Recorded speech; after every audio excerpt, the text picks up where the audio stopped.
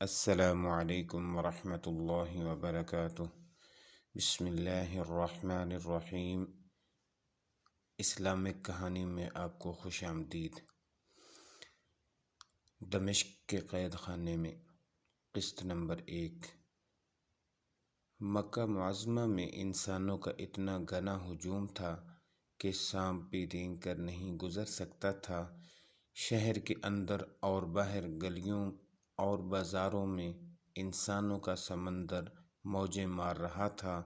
اس متحرک ہجوم میں ایک خاصیت تھی، ان سب کا لباس ایک تھا، سفید چادر، کندھوں سے ٹخنوں تک، ایک کندھا ننگا، سر ننگا، پاؤں ننگے اور سر استروں سے صاف کیے ہوئے تھے۔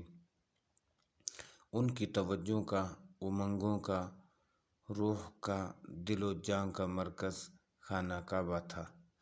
جس طرح ان کا لباس ایک تھا، اسی طرح ان کا نظریہ، ان کا عقیدہ اور ان کا دین ایک تھا۔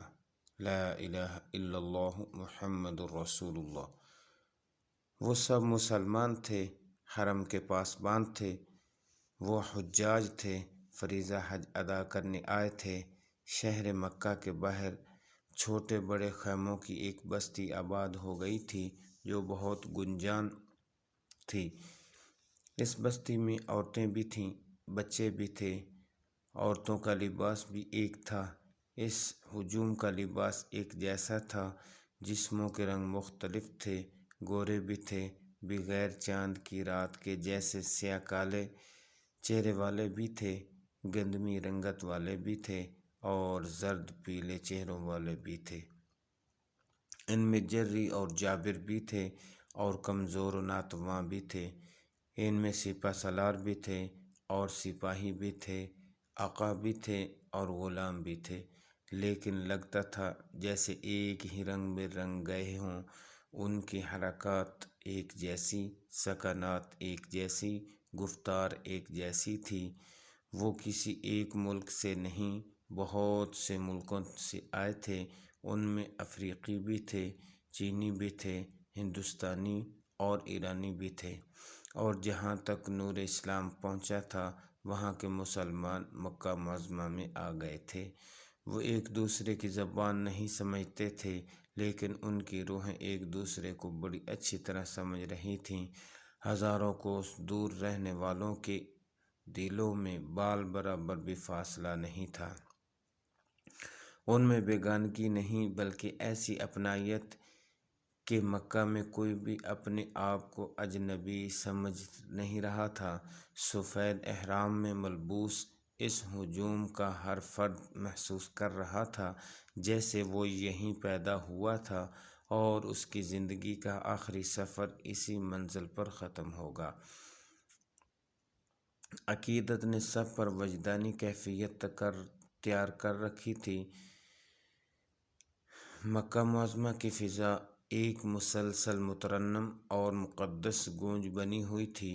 ہجوم کی آواز ایک تھی، سب کی زبانوں پر کلمات تلبیہ تھے۔ لبیک اللہم لبیک، لبیک لا شریک لک لبیک، ان الحمد والنعمت لک والملک لا شریک لک۔ فضا میں ایسا تقدس تھا کہ بادشاہوں اور امراء کے سر جھکے جا رہے تھے، ترنم ایسا کہ روحوں پر وجد طاری ہوا جا رہا تھا۔ ہر فرد بلا امتیاز رنگ و نسل ایک اللہ کے رنگ میں رنگ گیا تھا۔ حج میں ابھی کچھ دن باقی تھے، دور دراز کے قافلے ابھی چلے آ رہے تھے، خیموں کی بستی پھیلتی جا رہی تھی، اونٹوں اور دمبوں کی آوازوں میں اضافہ ہوتا جا رہا تھا۔ اس ہجوم میں کچھ لوگ بیٹھے ہوئے تھے، کوئی یہاں کوئی وہاں، ان کا ایک ایک ہاتھ آگے کا پھیلا ہوا تھا۔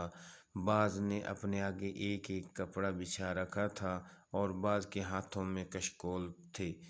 یہ بھکاری تھے، ان میں کچھ تو معذور اور باقی صحراؤں میں زندگی بسر کرنے والے بدو تھے۔ حج کے دنوں میں وہ بھیک مانگنے کے لیے مکہ میں آ جاتے اور اچھی خاصی رقمیں اکٹھی کر کے لے جاتے تھے۔ حاجی ان کے آگے درہم و دینار پھینکتے جا رہے تھے، یہ دیکھنے کی ضرورت محسوس نہیں کر رہے تھے کیا ان میں خیرات کا حقدار کون ہے۔ وہ اللہ کی راہ میں خیرات دے رہے تھے، یہ بیکاری فریضہ حج کا ایک حصہ بن گئے تھے۔ جاری ہے۔